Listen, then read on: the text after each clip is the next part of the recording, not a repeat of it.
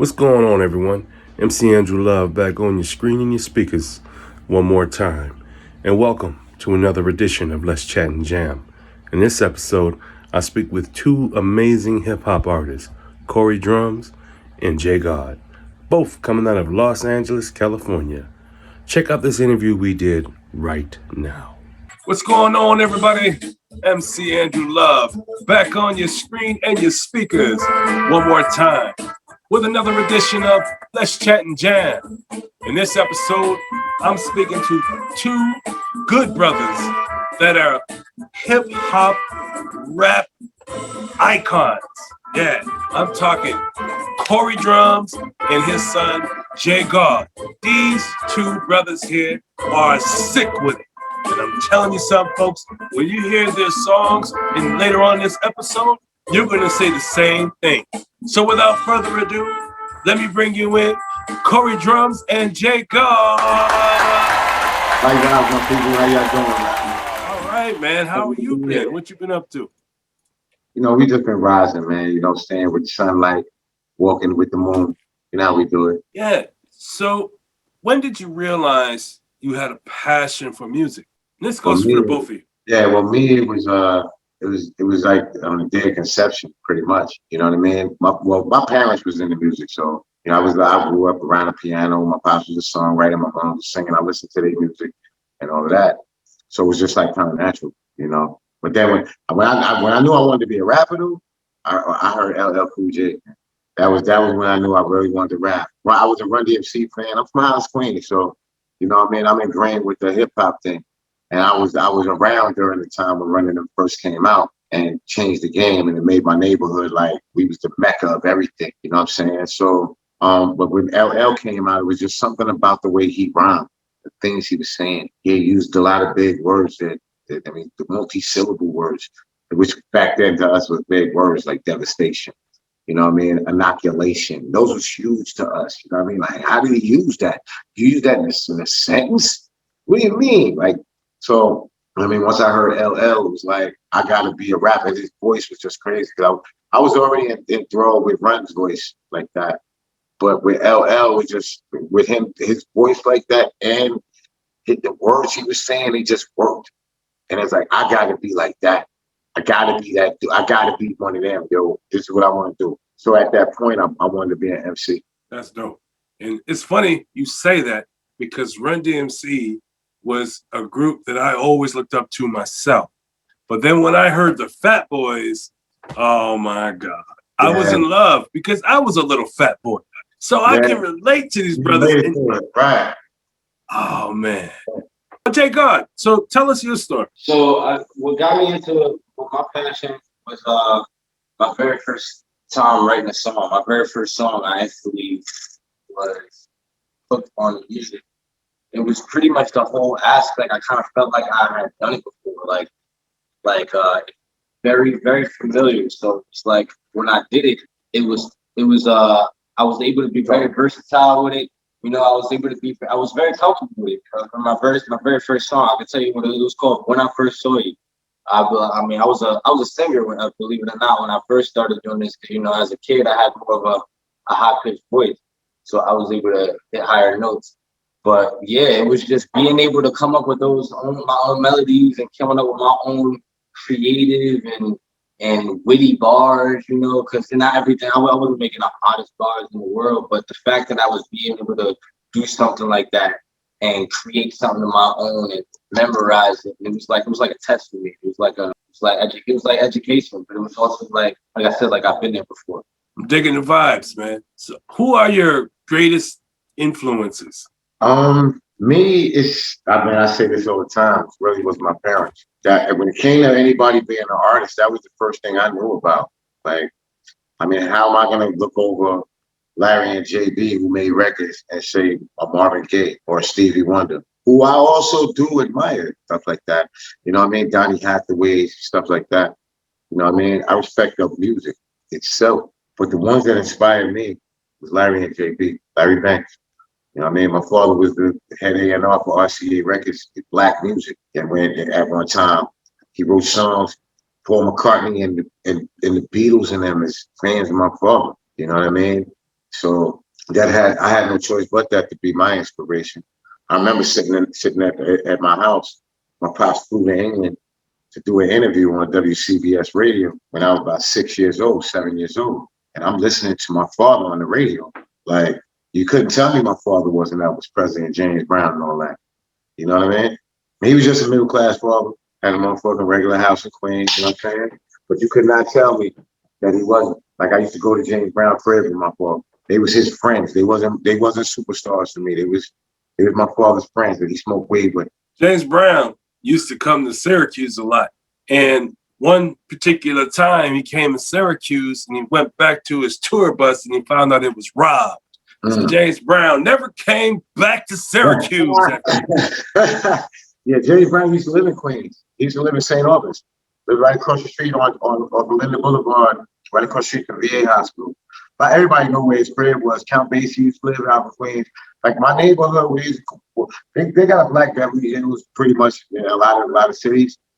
But my neighborhood, my area in Queens, which was South Jamaica, was Jamaica, Queens, Cambria Heights, Springfield Gardens. They looked at that as like the Black Beverly Hills because all of the prominent black musicians and black artists, they all had houses there.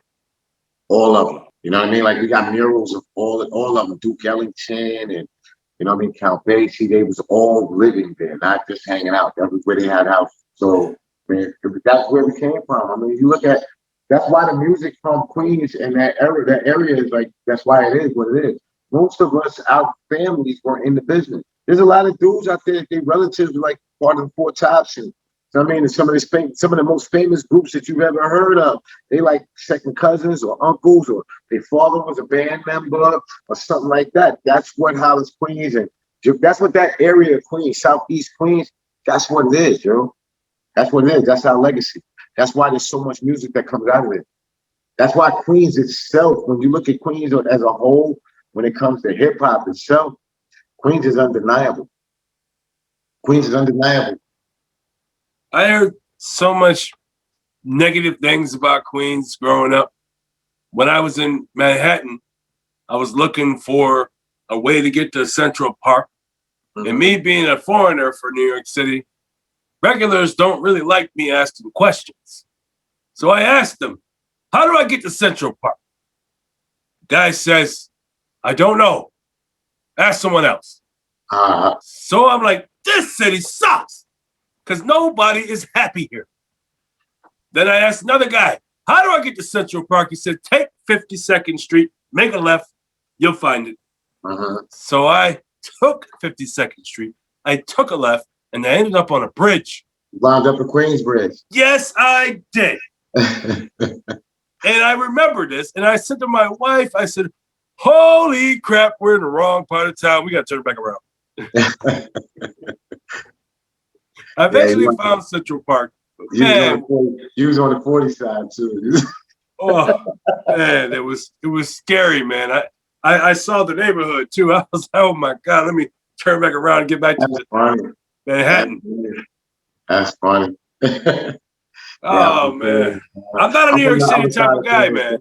I'm from the other side of Queens, though. We got houses. They don't, you know what I mean? Like we a little bit more residential. You know what I mean? Still is gangster. Still is ornery, but you know. Jayy Gawd, so who are some of your influences? Of course, my big influences growing up was my pops. Growing up in the studio, since birth, you know, since conceived. You know, I've been hearing beats, hearing whatever. So that was one of the things that moved me and naturally just made me pull me to it, you know. And another person I listen to is J. Cole. That was another one of my biggest influences. To this day, my favorite rapper. You know, it's just for a part of my life, he was like, he hit me in a spot where I needed it. You know, it definitely comforted me a lot in the spot where I needed it, because I felt like there was a lot of relations going on through the similarities of our situations. Do you feel, as a son of a rapper, Corey Drumz, who's a legend in the industry, did you feel the pressure of like trying to measure up to your pops? Or did you have your own way, your own sound, your own vibe? Because people would say, dang, you're the son of Corey Drumz. You better sound good. You know, there's a for the public like myself, we have an expectation. You know, we're like, Corey Drumz is a beast. He's a legend. He's a living legend in the industry. So I figured I'd tell you that now, Corey Drumz, while you're still alive. You are a freaking legend, man. Thank you, brother. So do you feel, as the son of Corey Drumz, do you feel pressure as a rapper? And like, or do you feel like I'm my own person, I'm Jayy Gawd, I'm not concerned about that other stuff? I'll tell you what, I'll give you a complete honest answer. As of when I first, started establishing my artistry, maybe that I maybe would have sensed that pressure. Coming up, it was like that was who I embodied myself as, because that was all I really knew, him and his likeness. So when it came to actually building more foundation within me and growing up, I was able to embody my own persona. And now I feel like that's not even a question. Like, I don't think that's ever, there's any pressure at all. Because, in the meaning of my name, I'm gonna just say I changed my name so many different times, from Little Drumz, Little Style. Most of them were variations growing up. So when I finally was able to establish who I was, my music itself changed and my content changed. What I was talking about, I was able to, like I said, now what I was engulfing and embodying is now showing and expressing inside my music. So that's pretty much my roundabout answer. I don't feel no pressure at all. Honestly, I feel like we're both getting the same wisdom. We're both expressing that same way within the same energy as different entities. It's just, it's perfect. It's in unison, I'm digging the vibes. Corey Drumz. Yes, sir. You used to be C-Style at one point. Yes, sir. Why'd you change your name? I had to evolve.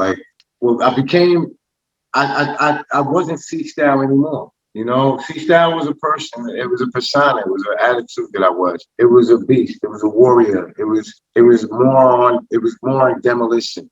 C-Style was about demolition.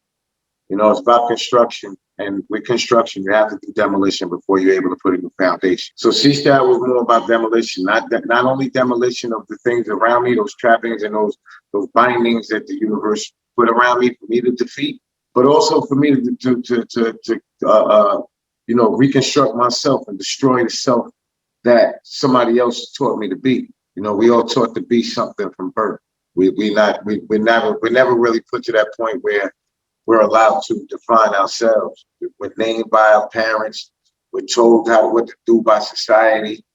You know what I mean? So when it got to the Corey Drumz time, it was me breaking away from all that, finding out, who am I?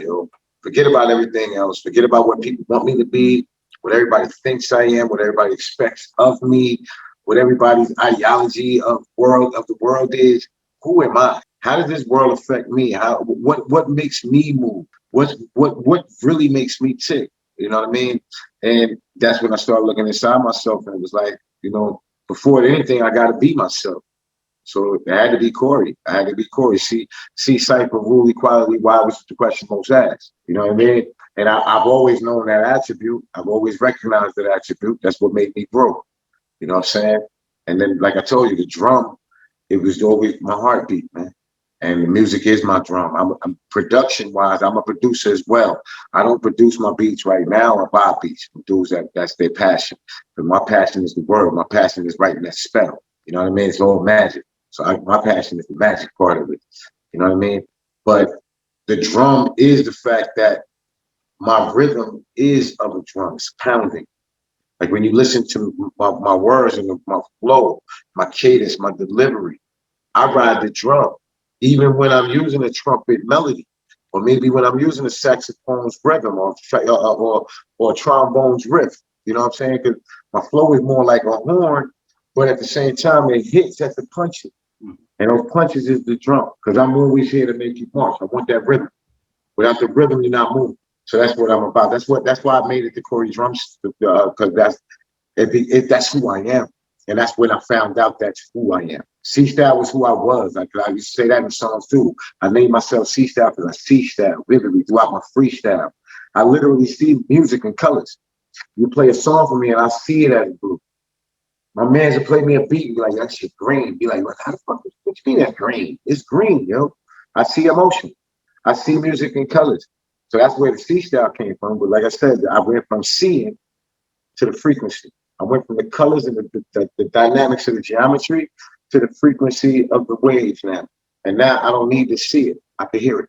I can take the vibes. That's deep, man. I'm thinking about everything you just said, and you make a lot of freaking sense. So, gentlemen, when you're not in a studio, you're not making music, and you're doing your regular life, what do? You work. We got regular jobs, man. I'm a manager at a construction company, a contracting company, and he's one of my employees. At least you can work with your pops. Indeed. It's a blessing. Indeed. Plus, I mean, you know, we do our branded stuff. We got our clothing line, and you know, we do our music stuff. We're looking at right now that everything's opening up with the pandemic, we're looking at starting to do a lot more live performances. Like I said, we got a show this, on the 24th this month, and we also going to start doing some like street performances down at Venice Beach, stuff like that. Just get you know what I mean? Just be out there. Well, you know, I pray that you guys smash the concert, man. I pray that you guys do a great job, and that people see just how entertaining you guys are, and they'll be like, yeah, we're going to see more of these guys. And maybe, if you don't forget, you can say, hey, let me send MC Andrew Love a ticket so he can come out here and check us out. I got you, brother. I got you. Because you guys, I can't wait, because I love your music. And just to see you guys perform your music, man, that'd be a dope-ass show right there. No doubt, bro. So we're going to tap into some of that music, actually. We're going to play snippets of both of your songs. We're going to start with Emeralds. Can you tell us about Emeralds? Where did it come from? Well, with Emeralds, my spiritual attribute and who I really am outside of what my parents named me, I am thought. I am the original scribe of the universe. I'm the child of On, and I'm the grandson of On and son of Enki. You know what I mean? And I know my attributes. So that right there is me connecting with my thought reality, my thought creativity, and speaking the Emerald tablets in a language that now can be expressed and be accepted. Because if you read the Emerald tablets and the information from them in the language that it was written at that time, it doesn't make sense to the people here. And the universe told me throughout time that I have to reconstruct the information so that it's palatable to the people and take it away from those who are using it to control the people with false information. So that they can understand what it's about and how they can become themselves. Okay, folks, this is what I'm going to do, man. I'm going to play a snippet of the song Emeralds. You could do the same thing. You go on over there to Spotify, Apple Music, YouTube Music, Loom.fm. They got a couple of apps you can download, one for your Android, one for your iPhone. And of course, my favorite spot, iHeartRadio. You can check out Corey Drumz there, and you can check out Emeralds streaming on every platform.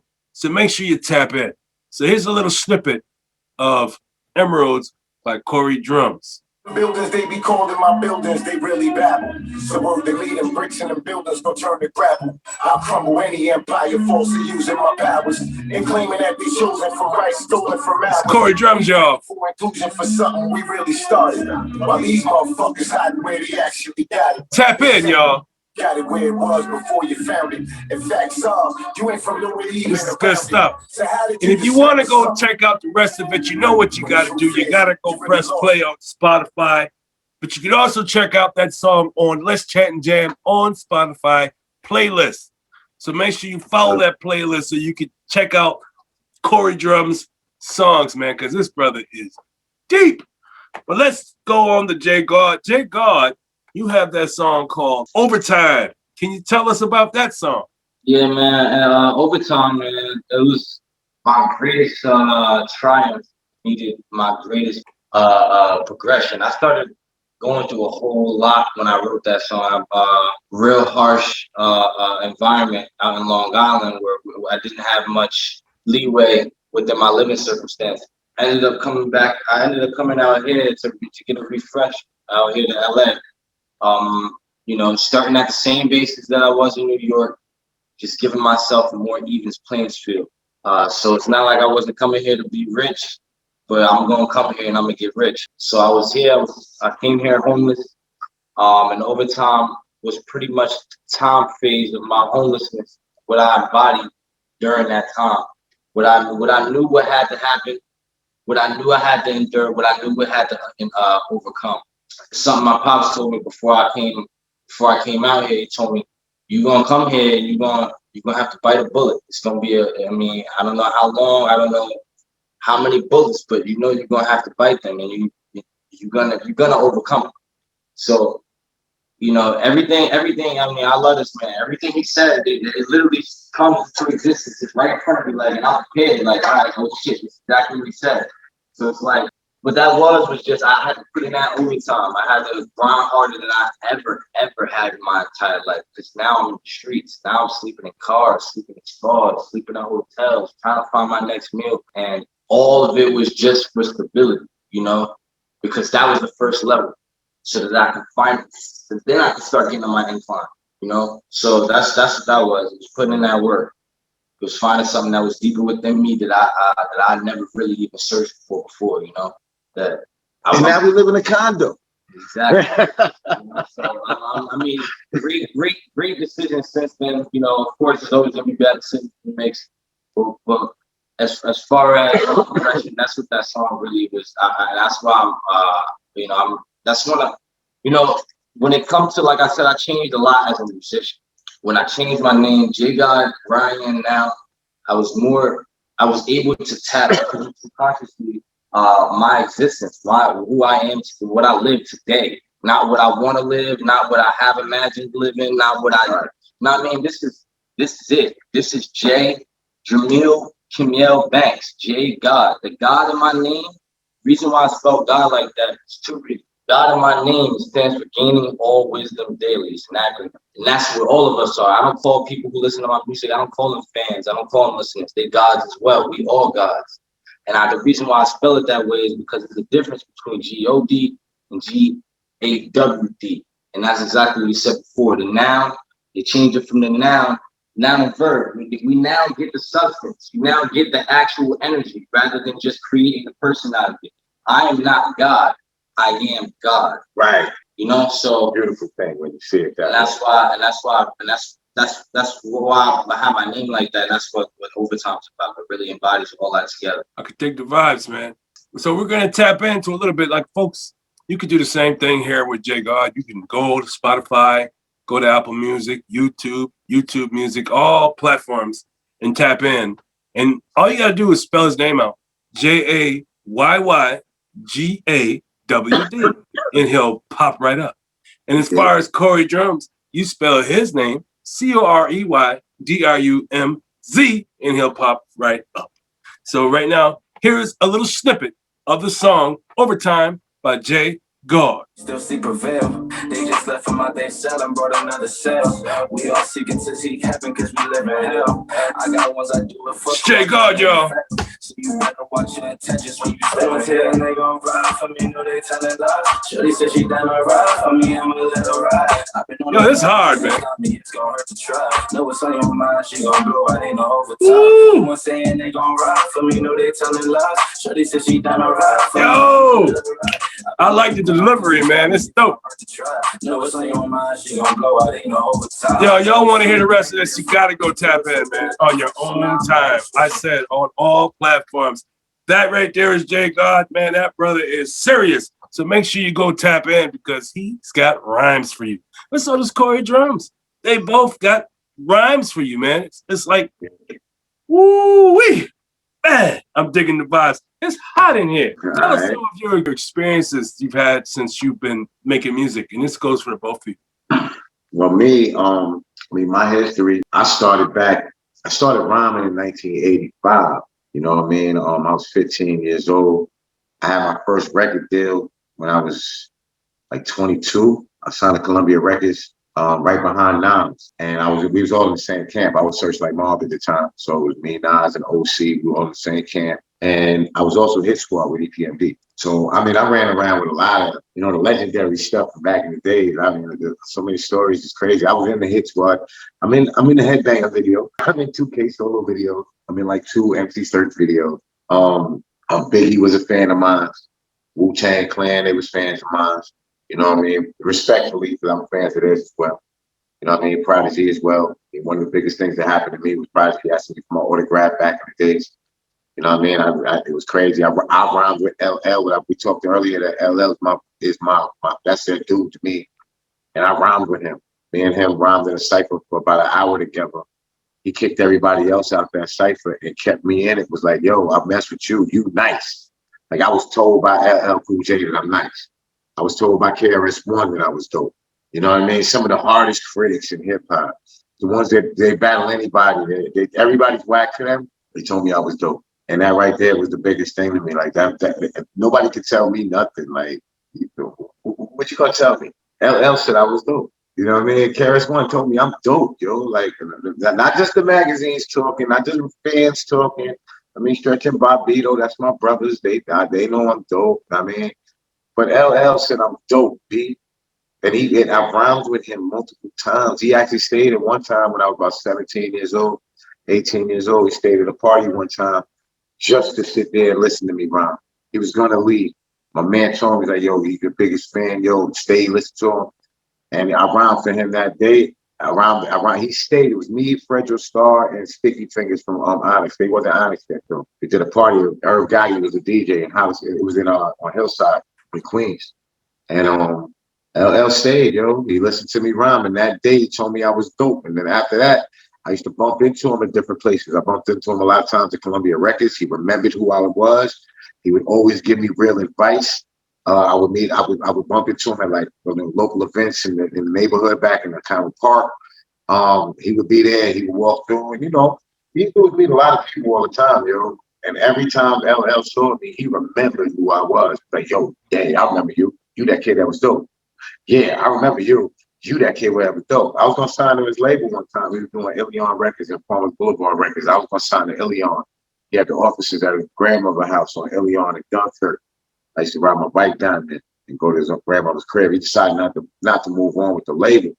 But like that was one of my biggest things. Like, I mean, who gets to rock with who gets to rhyme in a cipher? Just a regular cipher at that, like with the Addict dude. You know what I mean? And then that dude that this dude battled everybody. You know what I'm saying? Like everybody. And their grandmother. This is the dude that ended Cannabis's career, B. You know what I mean? Just with a snap of his fingers like Thanos. You know what I mean? And he sat there, rhymed with me for an hour because he was in a cycle with a bunch of other people when he heard me rhyme. And he literally grabbed me by the shoulders, turned his back on everybody else, and just me, him, and my homie. The cycle wound up just being us for an hour. Wow. He was at a BMI event. It was a BMI showcase in Manhattan. That was like one of the biggest things in my life, I'll never forget that. Like, and to this day, like here and there, me and L, we tap in with each other on like Twitter and shit like that. You know what I mean? It ain't a whole lot of like it's my own boy and nothing like that. You know what I'm saying? But it's always been like, the dude follows me on Twitter. Let's leave it at that. You know what I mean? He follows me. So that's dope. You know what I mean? That to me, that's better. Those things to me are better than any other like accolades that I could. People running around talking about they want to talk about the money they make and all that. That's irrelevant to me. The experiences that I've experienced in this, man, is dope. Like I met Mr. Magic, man. You know what I'm saying? Like who Mr. Magic is. He another one told me I was dope. I got told by the legends that I'm dope, yo. You know what I'm saying? By the legends of legends, like Mr. Magic. Mr. Magic offered to buy me a drink at a club in Louisiana one time. We was down there for the Gavin convention at Wild Pitches. I was signed to Wild Pitch Records at the time. He was at our showcase. And after I got on stage, he bum rushed me. He didn't care about nobody else that was there. He's like, yo, come here. I got to talk to you. I want to buy you a drink. And I'm like, yo, buy me a drink. Did you know who you are? You know what I mean? I'm asking him, like, do you know who you are, nigga? Like, you Mr. Magic, man. Like, what you mean buy me a drink? Can I buy you a drink? We sat down at the bar and we was just kicking it. And he's like, yo, you fucking dope, man. And we came back. He was like, yo, I'm telling you, when we get back to New York, yada, yada, yada. And I thought he was bullshit. You know what I'm saying? I'm thinking maybe, you know what I mean? It's one of them nights he just drinking, you know. I think I'm dope and all that, but he ain't going to remember me when he get back to New York. Yo, real talk, man. We got back to New York. He was on, him and Mooney Love had the show on Hot 97 at that time. And he talked about me on Hot 97, yo. I was at home one day just chilling. And he played a record. He played my record. He was like, yo, this kid. He's like, yo, this kid from down there. Matter of fact, he didn't play my record. He talked about it. He's like, yo, this kid. I was sitting in my car in front of my house, man. I was smoking a blunt. I'll never forget this shit. I'm sitting there smoking a blunt. I'm listening to the radio show. And he just, out of nowhere, just starts talking about the Gavin convention. And he's like, yeah, this dude. And I can't remember the kid's name. He can't remember my name. He's like, this kid was dope. He was at the Wild Pitch convention, the Wild Pitch showcase, and MC Search, who was the vice president of Wild Pitch at the time, he called up at the radio station and to tell him, he's like, yo, you talking about my man C-Style.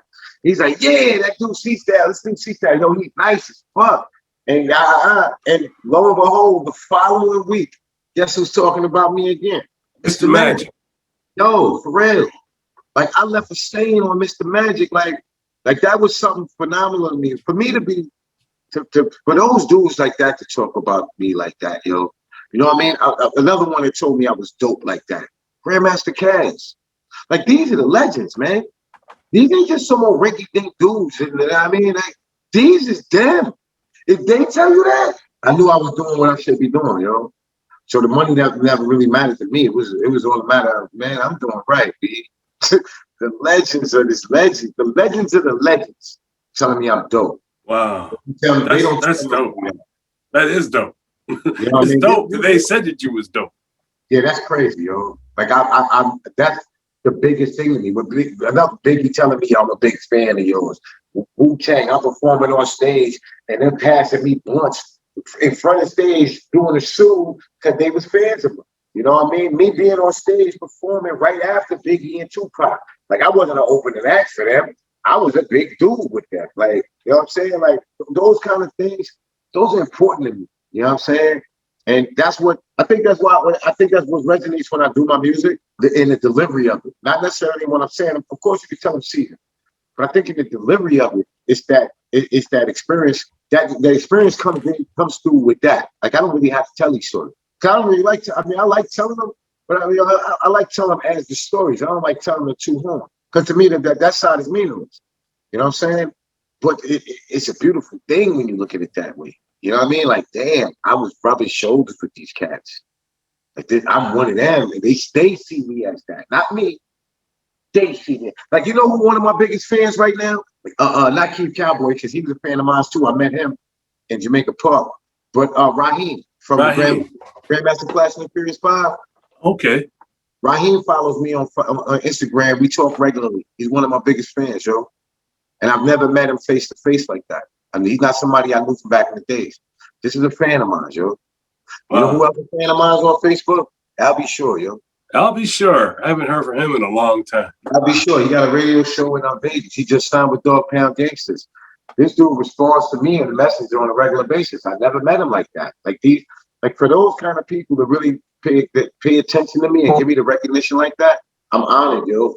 Like, real talk, I'm honored. Yeah, that's dope, man. So Jayy Gawd, man, tell us some of your experience. When it comes to experience for me, it's very little. Only when it comes to creative experiences, I mean that's daily stuff. But when it comes to actually entertainment experiences, you did a show with me last year. I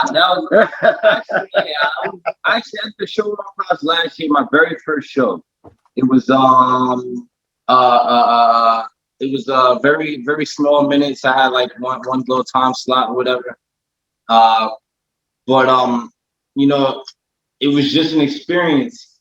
I had slip ups and tryouts or whatever. But the most of my experiences right now is, living right next to me. I'm still unfolding a lot of history right next to me. I got a whole chapter of music that I'm walking alongside with on his next chapter, So it's like we just building right now on my aspect. I'm just building up. Okay, I'm about the podcast. So I do have a podcast. I just started up on my, not a podcast, but it's a little show I got started up on my Instagram Live. Been expanded more once I establish it more. But I, go into the history. It's called It's called Lives with Drumz and God.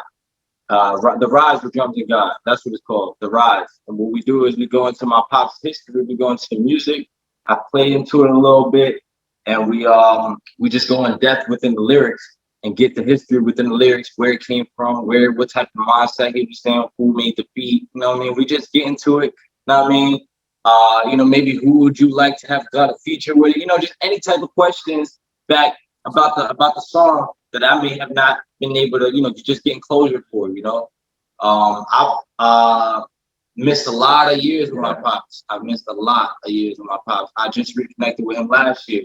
So it's just, I felt like, because every day I'm like, what's this from? Why you do that? When you do this? And I'm like, all right, why not? I feel like I can make a whole show out of this, I feel like I can do this with everybody else, it's that entertaining, because we'll be talking all day about what the stories that unfolded and how he was at this club right before this happened. And so I think that's just dope. And my thing I love the most is the environment is just not the same as how it is now, of course. Like, so when we talk and hear his stories, heart jams, radio shows, going crazy with the crew, all that's not the same. So it's like I get to really engulf that way. It's dope. I wanna be able to, in my own way, remake that and recreate that in my artistry, in performances and stuff like that, in live streams. So I want to be able to keep the rawness. I don't want to be doing what everybody else is doing. So I want to make sure I keep it authentic, keep it original. I'm digging the vibes, man. Do you have any advice for the youngins that are coming up that want to do what you guys are doing? I'm gonna let you answer that. My advice is, man, keep your ears open, keep your mouth closed, and until it's time for you to open your mouth. Of course, a closed mouth don't get fed, but if you open your mouth all the time, you never know when that opportunity is. Somebody will stick in it. Just be smarter. Be smarter. Work smarter, not harder. That'll keep you alive and keep you afloat. Yeah, that makes a lot of sense. My advice would be like, be you. Bottom line, just be who you are. Don't let anything dictate what you're supposed to be. Don't let society do it. Don't sit there watching what somebody else got and think that you got to be that. But don't measure yourself on somebody else. You got to measure yourself on what you need to be, and then be 100% that. Because nobody's going to be a better you than you are. That makes a lot of sense. Digging the vibes. Do you have any burning desires? My burning desire is to balance the universe. Like we was talking earlier, one of my attributes, my strongest attribute, is a need to help the world and help the energy, not the world. And what I've realized is that's a selfishness as well, because I need to stop it from being a need and just let it be. Once it becomes a need, it becomes a personal goal. It becomes something that you have an ego over. So then you'll get upset when things don't go a certain way. You know what I mean? And it's still a balance that I'm still dealing with. It's a challenge, of course. You know what I mean? So that's one of the trappings of man. But it's really about just, being that balance and being an example. I just want to be an example, the right example for my kids. I want to be the right example for society. I don't have to teach anybody anything. I just need to be what I need to be. And what that lesson is what people need to get if they need to get it. You know what I mean? But that's my burning desire, to be that best lesson that I can be. I could dig it. You got a burning desire, Jayy Gawd? My burning desire is, I would say, my biggest desire would be something that I do all the time. It would be understanding perception, universal perception. My biggest desire is knowledge. I want to know a lot. I know there's no such thing as knowing everything. Like I said, in my name, I've gained wisdom, gaining false wisdom daily. Everything I do is for ascension purposes. Yeah. Everything I think is for ascension purposes. Yeah. So my burning desire is really just essential. Rise, yeah, we just want to rise, yo. Whether it's dying, whether it's whatever you call it, I will never stop my growth. Never stop my growth. Yeah. That's cool. I think that really kind of defines it the best. Our biggest burning desire is to continue to rise. You know what I mean? Whatever level we get to, we know that there's another level. And the challenge and the beauty of it is that we know that there's another level. So no matter what we just saw, what we think we know, what we don't know, and what we have, what was still there for us to know is even more beautiful. Unlimited. That's the beauty of it. You know what I mean? Once you recognize that there's no end, you know what I mean? Stop putting a limit on it. Be like, I'm going to know everything. I got to have everything. You'll never have everything. You'll never know everything. Know that and expect and appreciate the fact that creation is that vast and that you are it. Period. You know what I mean? Stop trying to be more than what you are. Stop trying to be less than what you are. Be it. Period. Just be it. I'm digging the vibes, man. America and the world. This is MC Andrew Love. You're watching Let's Chat and Jam. And these are my special guests, Corey Drumz, Jayy Gawd. These two brothers here, well, Corey Drumz been in the business for a long time. He's got a lot of history. And as I said earlier, he's a living legend in the hip-hop industry, man. And then Jayy Gawd is just coming up, young brother, but he gets it from his daddy, man. You hear it in his bars. He's talking about realistic stuff in his music, stuff that matters, stuff that could change your life. Both of these brothers have substance in their music, man. They got substance. Like a bowl of oatmeal is like substance, right? You know what oatmeal is going to do for you. It's going to fill me up. It's going to make me feel good inside. And that's exactly what you're listening to when you hear Corey Drumz and Jayy Gawd. Their music makes you feel good inside. It's like it empowers you to be better than you were yesterday.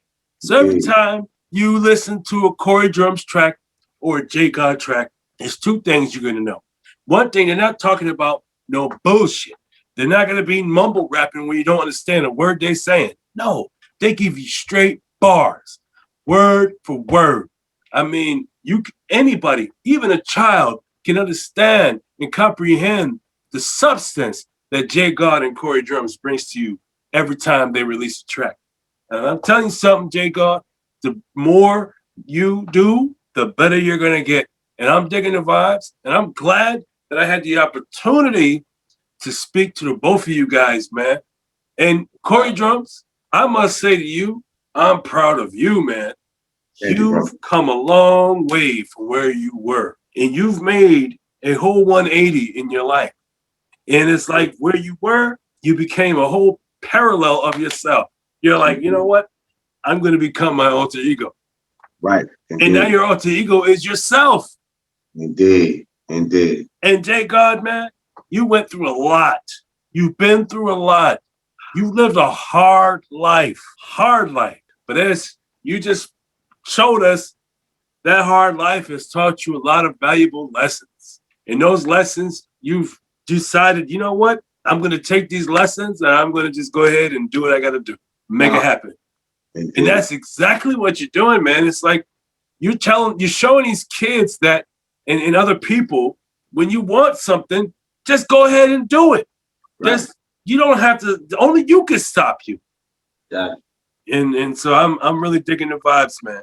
And since you guys been here for the first time, you have now become part of the Let's Chat and Jam fam, which means you don't have to wait for me to hit you up and say, hey, Corey Drumz or Jayy Gawd, can you come to the show? Nah, you can tap into my DMs and you can say, hey, MC Andrew Love, we have some things we want to talk about. We want to do it on your show. Can we get some time? And of course, I'll go to my calendar. I'll dig it out. I'm like, deal, you on the show. Yeah, that's love. Yeah. So the question I have for you is, well, that's not even a question, really. Can you tell the people where they can find you guys? Everywhere. All over. It's just like, we all over the place.